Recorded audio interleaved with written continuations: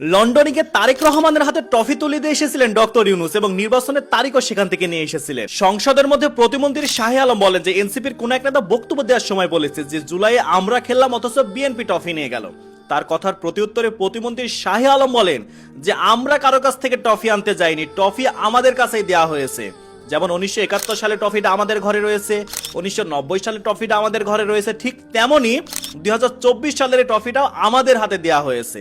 তারা তারেক রহমানকে এই জুলাইয়ের ক্যাপ্টেন বলে মনে করে। অথচ মজার ব্যাপার হচ্ছে তারেক রহমানকে যখন প্রশ্ন করা হয়েছিল যে আপনাকে সবাই জুলাইয়ের মাস্টার মাইন্ড বলে আখ্যায়িত করছে, আসলে এই ব্যাপারটা নিয়ে কি বলবেন আপনি? তখন তারেক রহমান বলেন যে আমি নিজেকে জুলাইয়ের মাস্টার মাইন্ড বলে দাবি করি না, কারণ জুলাইয়ের এই আন্দোলন শুধুমাত্র কোনো নির্দিষ্ট দল কিংবা কোনো ব্যক্তির মাধ্যমে হয়নি, এটা হয়েছে দেশের সাধারণ মুক্তিকামী মানুষকে নিয়ে।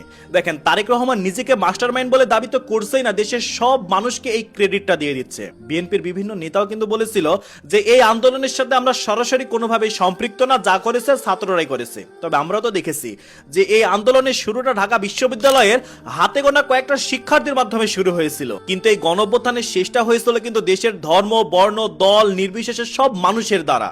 তাই এই আন্দোলনের ক্রেডিট কখনোই একটা নির্দিষ্ট দল কিংবা ব্যক্তিকে দেওয়া যাবে না, যেটা তারেক রহমান নিজে বলেছিলেন। অথচ আজকে প্রতিমন্ত্রী মীর শাহে আলম বলছেন যে এই আন্দোলনের ক্যাপ্টেন ছিলেন তারেক রহমান, লন্ডনে ডক্টর ইউনূস তাকে ট্রফি তুলে দিতে গিয়েছিলেন। তো তার সংসদে এই ধরনের কথা নিয়ে ইতিমধ্যে অনেক সমালোচনা হচ্ছে, এবং তার আরো একটা কথা নিয়ে সমালোচনা হচ্ছে যেখানে তিনি বলেন যে আমাদের এই দলের মধ্যে সংসদে বসে আছে অনেক মুক্তিযোদ্ধা রয়েছে, কিন্তু আমাদের বিরোধী দলে কোনো মুক্তিযোদ্ধা নাই। তবে তার এই কথা বলার সঙ্গে সঙ্গে মাননীয় স্পিকার তার কথা থামিয়ে বলেন যে মাননীয় সংসদ সদস্য, বিরোধী দলের মধ্যেও কিন্তু মুক্তিযোদ্ধা রয়েছে।